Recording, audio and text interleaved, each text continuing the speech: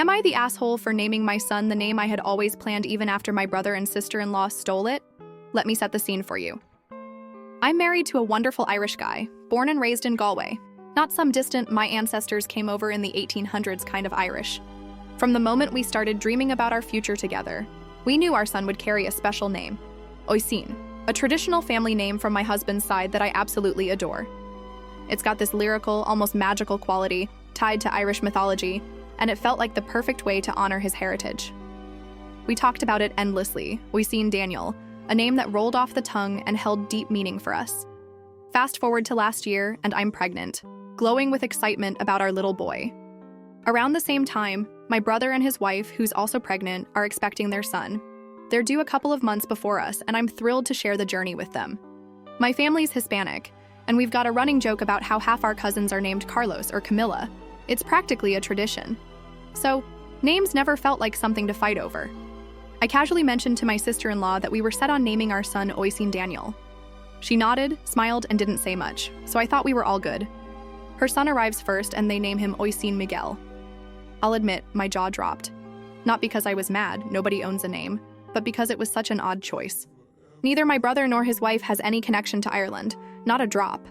I figured maybe they just liked the sound of it, and honestly, I wasn't about to start drama over it.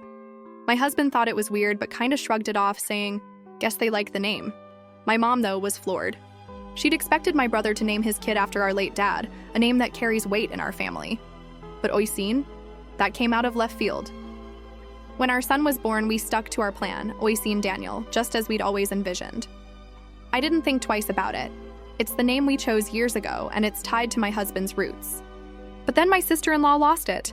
She called me up, practically yelling, saying it was unacceptable that our sons have the same first name. She went on about how it'd be confusing for the cousins, how I was copying her, and how I should call my son Daniel instead or change his name entirely. I was stunned. In our family, shared names are practically a badge of honor. Nobody bats an eye at the third Carlos at a family barbecue. Her reaction felt like it came from another planet. I told her, politely at first, that we'd chosen Oisin long before she did, and it wasn't about copying anyone.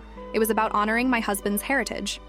She kept pushing, saying I was being selfish, so I finally told her to piss off. Maybe not my finest moment, but I was done. My husband's family thinks the whole thing is hilarious. They're over there in Galway chuckling about how my sister-in-law is acting like she invented the name. My mom's staying neutral, but she did say she thinks my sister-in-law is being a bit of a weirdo. My brother's caught in the middle, not saying much, but I can tell he's embarrassed. Now my sister-in-law is giving me the silent treatment, acting like I've committed some grand betrayal. I'm not losing sleep over it, but I did post this on Reddit to get some outside perspective, and yeah, I sent her the link. Let's see what the internet thinks. Am I the asshole for naming my son Oisin, even though my sister-in-law used it first? Am I the asshole for not covering my girlfriend's share of the rent after she skipped a month? Picture this. I'm a 28-year-old guy, living in a cozy apartment with my 26-year-old girlfriend. We've been together for a while, and things were pretty smooth until recently. I make a decent living, more than she does, so when we moved in together, we agreed to split the rent 65-35, with me covering the bigger chunk. I also turned one of the smaller rooms into my home office, so it felt fair. On top of that, the car she drives is leased under my name, and I pay half the monthly payment. I thought we had a solid system, you know? We're a team, or so I thought. Last month, out of nowhere, she just didn't send me her share of the rent. No warning, no conversation, just nothing. I noticed when the landlord's payment was due, and I had to scramble to cover the full amount. When I asked her about it, she casually said she decided not to pay that month. Decided? Like it was her call to make a loan? Meanwhile, I saw her unboxing 2 shiny new handbags, probably worth a couple $100 each. I'm not one to snoop, but it's hard not to notice when she's flaunting designer bags while I'm stuck covering her share. I was pissed, but I tried to keep it cool at first. I asked why she didn't talk to me, and she just shrugged, saying she didn't think it was a big deal since I'm not poor. That stung. Yeah, I make more, but that doesn't mean I'm her personal ATM. She's got a good job and plenty of savings. She's not struggling. If she'd come to me and said, "Hey, I'm tight this month, can we work something out?" I would have been fine covering her for a bit. It's the fact that she made a unilateral decision, assuming I just eat the cost, that got under my skin. Now, with the next rent payment looming, I laid it out for her. I told her she needs to pay the missed month's rent, or I'll use our deposit to cover August, and come September, we'll be looking for separate places. I wasn't trying to be a jerk, but I can't let this slide. She flipped out, calling me unreasonable and saying I'm making a big deal out of nothing. She even had the nerve to say that since I earn more, I should just handle it. That's when I started wondering if I'm being gaslit here. Am I really the bad guy for expecting her to hold up her end of our agreement? I've always believed relationships are about communication and respect. If she'd talked to me, we could have figured it out together. Instead, she treated our shared responsibility like it was optional. My friends think she's taking advantage of me, and honestly, I'm starting to agree. I'm not trying to control her or anything. I just want to feel like we're equals in this. Now she's giving me the cold shoulder, acting like I'm the one who's wrong. I'm standing my ground, but part of me wonders if I'm being too harsh. Maybe there's something I'm missing here, but it's hard to see past her entitlement. I posted this on Reddit to get some clarity. Am I overreacting, or is she out of line? I'm curious to hear what you all think, because right now I'm feeling like I'm stuck in a bad rom-com with no script. Am I the asshole for refusing to cover my girlfriend's rent after she skipped a month without telling me? Am I the asshole for stripping everything I bought off a car my mother-in-law gave me? So here's the deal. My mother-in-law dropped a bombshell on me a while back by gifting me a car I never asked for. It was a beat-up old thing, bought for $2,500, and she made it clear I'd be paying her back monthly. I wasn't thrilled, but I figured, okay, fine, I could use a car, and maybe she was trying to do something nice. Spoiler alert, it wasn't nice. This car was a lemon from day one. Think rattling noises, dashboard warning lights flashing like a Christmas tree, and a vibe that screamed, I'm gonna strand you on the highway. But I rolled with it, because what choice did I have? I poured money into keeping this thing running. New fuses, a starter, an alternator, a battery, tires, the works. Every time I turned around, I was at the mechanics, shelling out cash to fix her gift. It was like adopting a money pit pet. And every time my mother-in-law got mad at me, which was often because we don't exactly see eye to eye, she'd dangle the car over my head like a threat. Don't forget, I can take it back, she'd say, smirking like she owned me. It got old fast. The breaking point came recently. She was pissed about some petty argument. Honestly, I can't even remember what it was about, and she showed up, demanding the car. I was literally at the mechanics, mid-repair, trying to fix yet another issue. I'd had enough. I told the mechanic to pull everything I'd paid for off that car. Every single thing. Tires, battery, alternator, all of it. If she wanted her precious lemon back, she could have it, but not with my upgrades. I wasn't about to let her drive off with hundreds of dollars worth of parts I'd paid for, especially since she wasn't offering to refund me a dime. She flipped out when she saw the car. Suddenly, I'm the bad guy because the car doesn't run without all the stuff I put into it. She's screaming that I owe her a working car, as if I'm the one who bought her a lemon in the first place. I pointed out that she's getting exactly what she paid for, a $2,500 clunker. If she wanted a running car, maybe she shouldn't have bought a junker and then tried to hold it over me like some power play. My husband's caught in the middle, trying to keep the peace, but even he thinks she's being ridiculous. My friends are on my side, saying I did what I had to do to stand up for myself. Still, part of me wonders if I went too far. I mean, stripping the car down was petty, no question. I could have just handed it over and walked away, but every time I think about it, I get mad all over again. She treated me like I owed her for her so-called generosity when all she did was saddle me with a problem. I posted this on Reddit because I need to know. Did I cross a line, or was this the only way to get through to her? The car's sitting in her driveway now, looking like a skeleton of its former self. And she's still texting me, acting like I'm the villain in her story. Am I the asshole for taking off everything I bought for the car my mother-in-law gave me? Am I the asshole for telling my roommate his girlfriend can't stay over every weekend after she ate all my food? Again? Alright, let's paint the picture. I'm a guy who owns a nice little apartment, and to help with the mortgage, I rent out the second bedroom to my buddy Jake. We've known each other for years, so I figured it'd be a chill setup. At first, everything was smooth. Jake paid rent on time, we'd hang out, play some video games, and keep the place tidy. But then his girlfriend Sarah started staying over every single weekend, and let's just say, things went downhill fast. I'm not a control freak. I don't care if Sarah crashes here now and then. But every weekend? It's like she's an unofficial third roommate, except she's not paying rent or utilities. The real issue, though, is my food. I'm a meal prep guy. Every Sunday I cook for the week, stock my fridge with labeled containers, and buy my own groceries. I'm not stingy, I'll share snacks sometimes. But Sarah? She treats my kitchen like an all-you-can-eat buffet.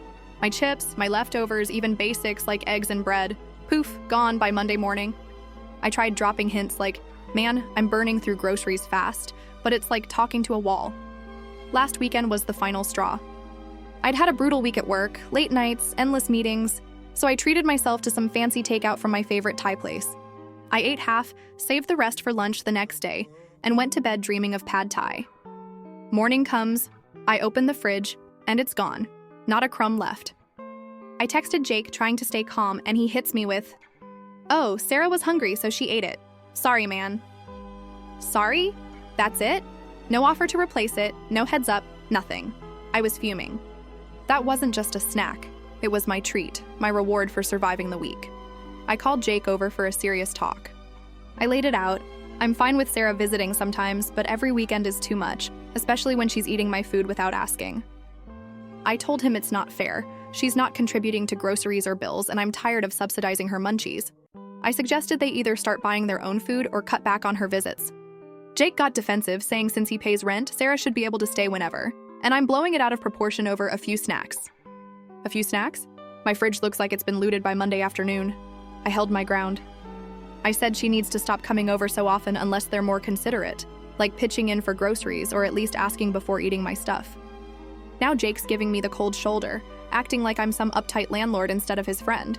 I get that he's caught in the middle, but I'm not running a free diner here. My other friends think Sarah's out of line, and honestly, I'm starting to wonder if I should have been firmer sooner. Still, part of me feels bad for putting him on the spot. Maybe I could have handled it differently, like leaving a passive-aggressive note on the fridge first. I threw this up on Reddit to see what you all think. Am I being reasonable, or am I making a mountain out of a molehill? I just want my apartment to feel like mine again, not a crash pad for someone who treats my kitchen like her personal pantry. Am I the asshole for telling my roommate his girlfriend can't stay every weekend after she kept eating my food? Am I the asshole for keeping my birth mother's inheritance instead of splitting it with my adoptive siblings? Let me take you into my world for a moment. I'm in my mid-20s, adopted at birth by an amazing family who gave me everything: love, support, and 2 adoptive siblings who are also adopted. We grew up tight, like a real family, despite none of us being biologically related. My parents always made sure we felt equal, no matter our origins. I never knew my birth mother, and honestly, I didn't think much about her until recently, when out of the blue, I got a letter from a lawyer. Turns out, my birth mother passed away and left me her entire estate, $180,000. I was floored. I had no idea she even knew who I was, let alone wanted to leave me anything. When I told my family, I expected them to be happy for me, or at least curious. Instead, my siblings, let's call them Emma and Lucas, got weird about it. They started saying it wasn't fair that I got the whole inheritance when they're adopted too, like they're entitled to a share. They suggested splitting it 3 ways, as if we're all in the same boat. My parents stayed neutral, which I get, they don't want to pick sides, but I could tell it made them uncomfortable. Family dinners have turned into this awkward dance where Emma and Lucas barely look at me, and I'm left feeling like I stole something. Here's the thing. This money came from my birth mother, a woman I never met, who somehow tracked me down and chose to leave me her legacy. It's not like Emma and Lucas are cut off from their own roots. They could connect with their birth families someday, maybe even inherit something too. For me, this $180,000 feels like my one tangible link to where I came from, a piece of a puzzle I didn't even know I was missing. It's not just about the money, it's about what it represents. I've been wrestling with what to do, pay off student loans, maybe buy a small place, save for the future, but now I'm second-guessing everything because of their reaction. I tried talking to them, explaining that this wasn't about excluding them. I even offered to help with small things, like covering a family trip or something, but they shut me down, insisting it's only fair to split it evenly. I get that they might feel left out, but I don't think I owe them a share of something that was specifically left to me. It's not like I went hunting for this windfall, it just landed in my lap. My best friend thinks they're being entitled, and my partner agrees, saying I should keep what's legally mine. But the tension at home is brutal. I can't even enjoy this moment because I'm stuck feeling like the selfish one. I've been losing sleep over this, wondering if I'm missing some moral angle. Should I feel obligated to share just because we're all adopted? I don't think so, but their coldness is making me doubt myself. I posted this on Reddit to get some outside perspective because right now it feels like I'm navigating a minefield. I just want to do what's right without tearing my family apart, but I also want to honor what my birth mother intended. Is it really fair for them to expect me to divvy up something so personal? Am I the asshole for keeping my birth mother's inheritance instead of splitting it with my adoptive siblings? Am I the asshole for telling my dad he chose his fiancée over me when he prioritized her surgery over mine?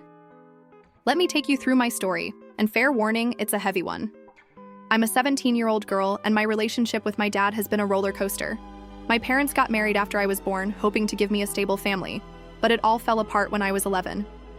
Dad went to rehab for addiction, and that's where he met his fiancée, Lisa.